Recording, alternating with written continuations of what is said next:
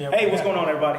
It's LeeVanDam here, and we've got the man, the myth, the legend, Vigilante D, VD for short.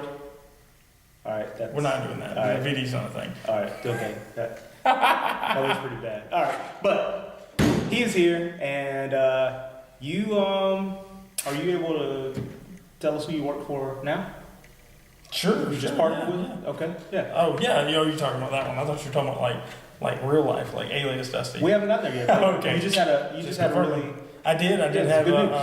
I had a little bit of good news come up. It's not a little bit, it's a lot. I got picked up by MGL, Mobile Gaming League. Mobile Gaming League is they're a league based solely off of, as it would sound, mobile gaming, and they made most of their, I guess, their community known off of Fortnite, PUBG Mobile, and I think it's called Vanguard. Okay. They do a lot of tournaments. Every week they do tournaments for Fortnite or PUBG. It's $500 to $1,000 a week.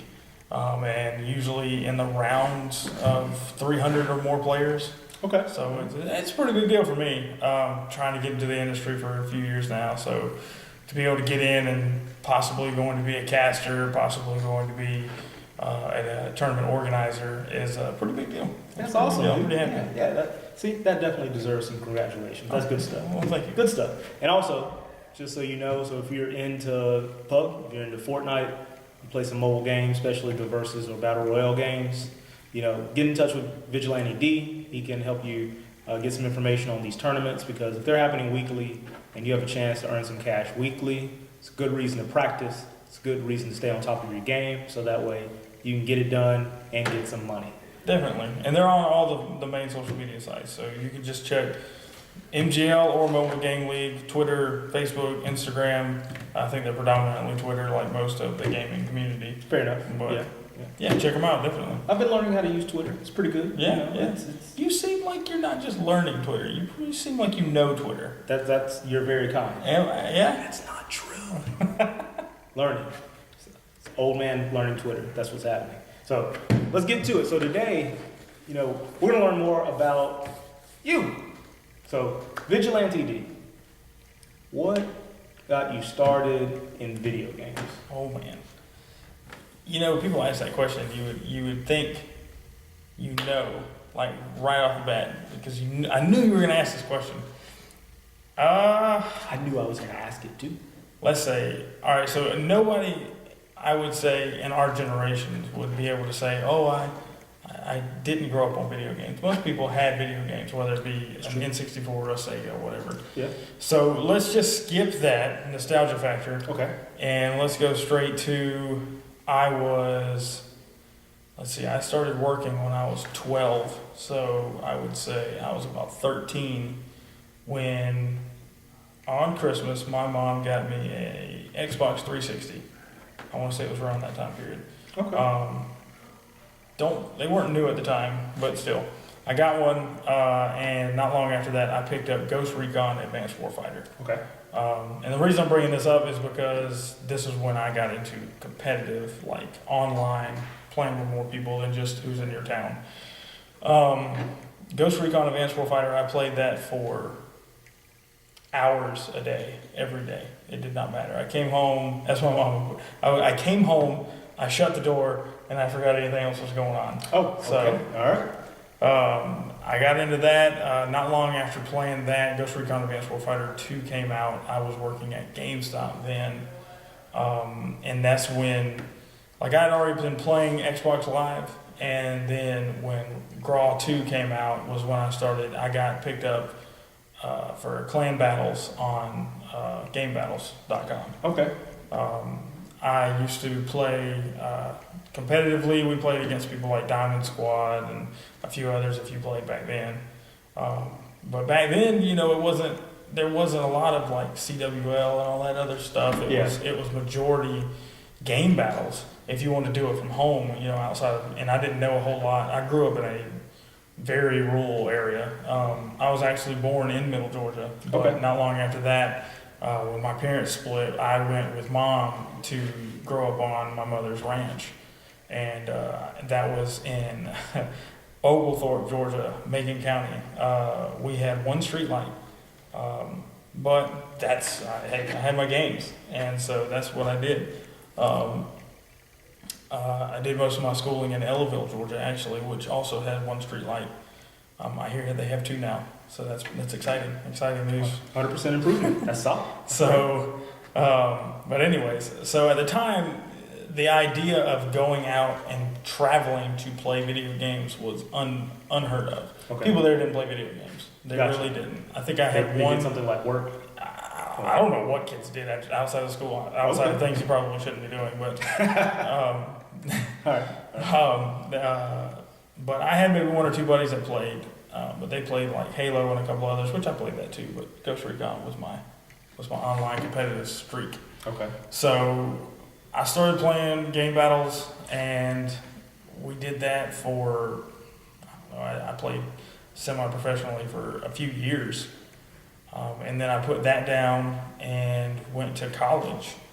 And I know most people normally would play games. Their gaming would increase in college, but mine didn't. And it wasn't because of grades, it was because of work. I chose, like I said, I started working when I was 12, and I worked on the ranch too. So I wasn't real big into the sports, but it was mainly because from an early age, I learned that if you work and you do things, you get paid money. And I can use money to buy whatever I wanted, so. That kind of took over. Sense. Yeah. Okay. So,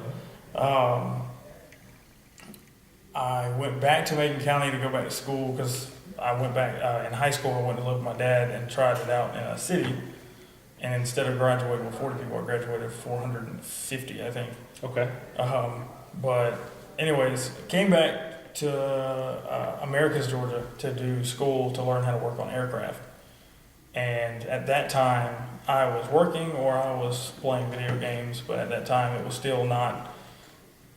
I think that was around the time Optic and Scumpy and a few of them were playing Call of Duty, and the traveling was sort of a thing, but it's not what it is today. It's not like, hey, we have houses for Optic and all this other stuff. It wasn't that. Right. So the idea that you could make money solely playing video games had not made it, I guess, to my area, I should put it. I didn't actually figure this out until probably in the like 2012 era, 2013, when I started seeing people actually playing competitive shooters for large amounts of money. I know they've been playing in the early 2000s, and it was mainly PC stuff. It wasn't as much console. Yeah. So, you saw like StarCraft, and LoL came along afterwards, and Blizzard doing their own thing.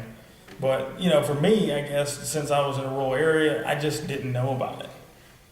So I played my games, I had my fun, and that's all it was. And when I started playing Ghost Recon Advanced Warfighter 2, that's what started my my bloodlust, so to speak, the need to play. The bloodlust. All right. So, do you remember your first tournament?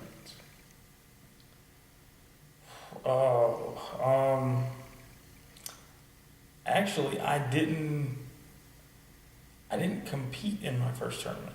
Okay. I was running them out of, I owned a store in Warner Robins, Georgia called Vigilantes. At that time, I wanted to do something for Middle Georgia because we didn't have anywhere that ran those kind of tournaments. And so I really wanted to run Call of Duty because at that time, that was when that really picked up for me. Okay, that makes sense. But to do that in a small scale, which you guys will see later on when we're doing the TO segments for Combat Theory, which, by the way, we're changing the name if you haven't noticed yet. Fight Theory is now called Combat Theory. And we did that so that way we can make this a little bit more of a widespread base. We want to encompass all forms of combat. Punches, kicks, grenades, bullets, staves, swords, nunchaku, tai chi, things that seem legit. All kinds of combat.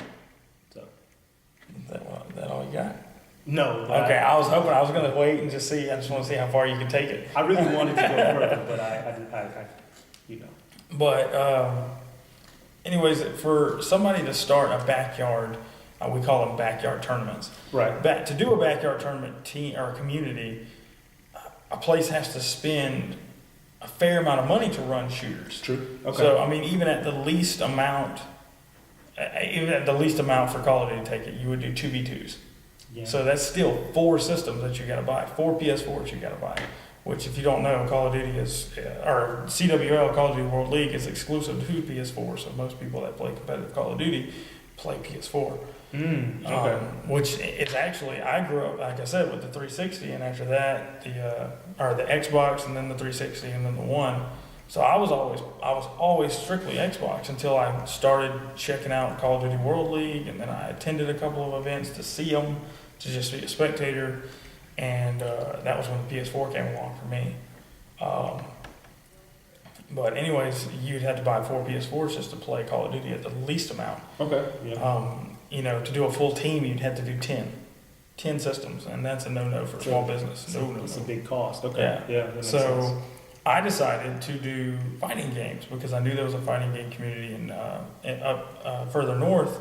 And so I was like, well, maybe I can attract some of them and some of the players here, maybe encourage people out of this small town to kind of strike out and see that they have more ability to do things in a career than just, oh, I'm supposed to go to school and then I go to school and I get this 9-to-5 job and I stick with this 9-to-5. No, games aren't like they're playing that off now. Games aren't just like some mental addiction or whatever, and it's not, it's not what do the parents used to call it, a waste of time and stuff like that. It's an actual industry now, and it has a spot, what it deserves, like it deserves. It has a spot in history now, and we are at the prime of it right now. So I knew that, okay, I only have to have one system. If I do one system, then we can run a tournament. And so I started doing fighting games. So I started with Street Fighter V. So the first tournament I had was Street Fighter V and Dragon Ball Heroes, I want to say, or Dragon Ball Z. Okay. Yeah. So that would be the first technical tournament because I might not have competed, but I ran my first tournament then. It was just the idea of bringing a community together under one roof and getting people to know everybody. And it's kind of like, for me, it's more seeing it is almost as good as playing. So you were able to kind of play vicariously through the players. That's a good way to put it. Yeah, Okay. yeah. Did you have a favorite player that you like to play vicariously through? No, I can't say I had a favorite player because I just enjoyed seeing everybody. It's the interaction. That's good. And that's one thing that I will point out that you don't see as much with like shooters, spectators, and stuff like that. The hype that comes from fighting tournament players, is astronomically different. Do you think that is because in most shooter games it's team-based, so the responsibility of winning and losing is shared, versus in one-on-one, it gets real personal real quick because it's your fault whether you win or lose? I think maybe it is a little bit of that, but Okay.